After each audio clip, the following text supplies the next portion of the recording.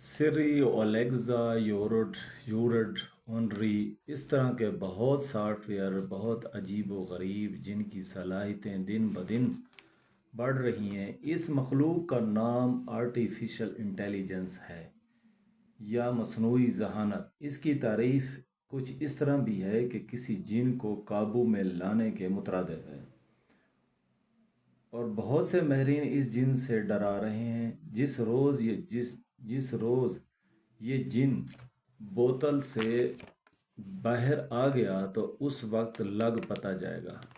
اس طرف سے یہ مثال بھی ثابت ہے، جو ڈر گیا وہ مر گیا۔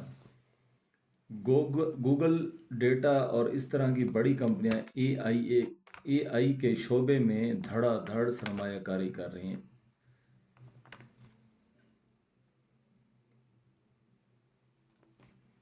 اور خوب سے خوب تر بنانے کی کوشش میں ہے۔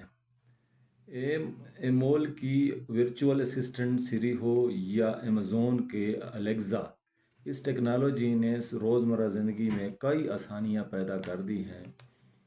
بعض اے آئی تو تقاریر، کمپیوٹر کوڈ، مضامین، سی وی کور، حتیٰ کہ سنگ دل محبوب قدموں میں نچھاور کرنے والا لو لیٹر تک لکھ دیتے ہیں۔ اے آئی کے شعبے میں تازہ ترین شاہکار کی جنریٹو پیری ٹرینڈ ٹرانسفارمر ورژن 4 ہے، جس نے ریلیز ہوتے ہی انفارمیشن ٹیکنالوجی کی دنیا میں دھوم مچا دی تھی۔ تو عجیب و غریب مخلوق کام کیسے کرتی ہے؟ جس طرح ایک انسان کو درپیش مسائل کا حل دستیاب معلومات سے تلاش کرنا ہوتا ہے، ویسے ہی مصنوعی ذہانت سے پوچھے گئے سوال کا حل اپنے ذخیرہ معلومات سے یا انٹرنیٹ پر دستیاب ڈیٹا کی مدد سے تلاش کرتے ہیں۔ اس کے لیے مخصوص کمپیوٹر پروگرام سے متعلق بہت سارا ڈیٹا فیڈ کیا جاتا ہے۔ یہ معلومات حسب ضرورت ٹیکسٹ، تصاویر، آواز، ویڈیو پر مشتمل ہوتی ہے۔ پھر پروگرامز اے آئی کو معلومات کی درجہ بندی، پیٹرن سیٹ یا مجموع میں کام کرنے سکھائے جاتے ہیں۔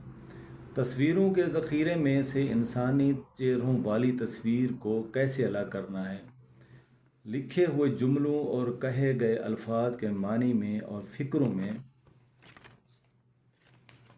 تناسب کے ربط کیسے ادا کرنے ہیں۔ مصنوعی ذہانت کو مثالوں کی مدد سے سمجھایا جاتا ہے کہ کس حوالے سے کس بات کا جواب کیا ہوگا، اور وہ ذہین بچے کی طرح ذہن نشین کر لیتی ہے۔ آئی ٹی کی زبان میں اس کو انسٹرکشن یا ہدایت کو الگورتھم کہا جاتا ہے۔ یہ کریڈٹ بغداد کے ریاضی دان اور ماہر محمد ابن موسیٰ الخوئزی کو جاتا ہے۔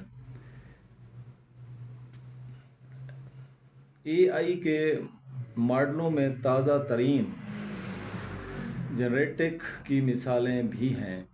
یہ آن لائن مواد کی لامتناہی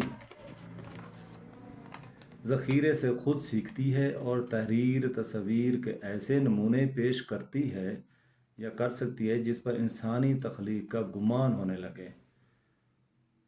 آرٹیفیشل انٹیلیجنس یا مصنوعی ذہانت ایسے ماڈل کو ترجمے سے لے کر ادویات کے فارمولے تجویز کرنے تک، ہر کام کے انجام دینے تک قادر ہے، جسے آرٹیفیشل جنرل انٹیلیجنس AGI کہتے ہیں۔ مصنوعی ذہانت کا ہماری زندگیوں پر کتنا اثر ہے؟ آپ نے دیکھا ہے کہ آپ کے سمارٹ فون کی فوٹوز لائبریری میں الگ الگ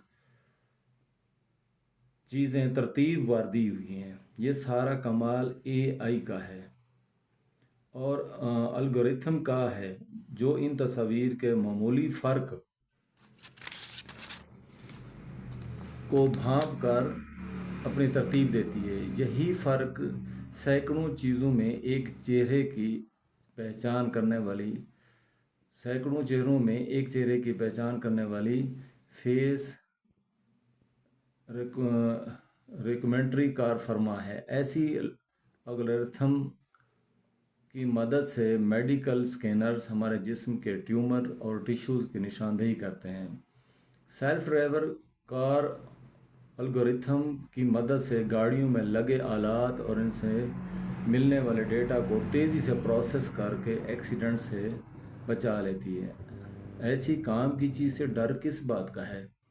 لیکن ہر نئی ایجاد کے متعلق خدشات کا ہونا فطری عمل ہے۔ کبھی اے آئی کا ریسیپشن رسپانس غلط، من گھڑت اور گمراہ کن معلومات، منفی، نسلی یا مذہبی یا تعصب پر مبنی ہوتا ہے، بلکہ مصنوعی ذہانت ہمارے سماجی، معاشی، سیاسی رجحانات، پسند ناپسند کے درپیش بھی ہوتے ہیں۔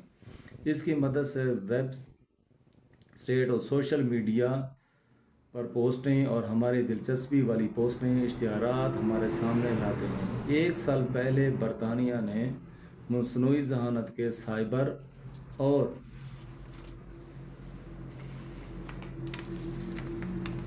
کیمیکل پلاننگ کے استعمال کی تیاری پر خدشے کا اظہار کیا تھا۔ بعض ماہرین ڈیپ فیک یا غیر اخلاقی قانونی مواد کی تیاری اور اشاعت میں اے آئی کے رول کی بات کرتے ہیں۔ اے آئی اب خود سے سیکھنے لگی ہے، حتیٰ کہ اے آئی مشہور جنریٹر کی مدد سے موسیقاروں کی طرح دھنیں بنا سکتی ہے۔ اس لیے بہت سے تخلیق کار اپنے مالی مفاد کے خطرے کے پیش نظر بہت فکر مند ہیں۔ اے آئی مستقبل میں 30 کروڑ لوگوں کا روزگار چھین لے گی۔ اے آئی انسانوں کو غلام بنا لے گی۔ ماہرین کچھ اس طرح بھی کہتے ہیں کہ یہ انسانی نسل ہی مٹا دے گی۔ لہٰذا اس پر پابندی لگائی جائے۔ کچھ ماہرین کی اس طرح کی بھی رائے ہے کہ اس پر پابندی لگا دی جائے۔ ان سب کے باوجود ان ماہرین کی تعداد زیادہ ہے جو اس کو بے سروبہ قرار دیتے ہیں۔ اے آئی سے خدشات بے جا یا بجا، ماہرین نے اے آئی کی ریگولیشن پر کام کرنا شروع کر دیا ہے۔ سوچنا اور سمجھنا انسانی ذہن کے الگ الگ فنکشن ہیں۔ انسان کمپیوٹر کو صرف سمجھنے کے قابل بناتا ہے، لیکن اگر وہ سوچنا شروع ہو جائے تو کیا ہوگا؟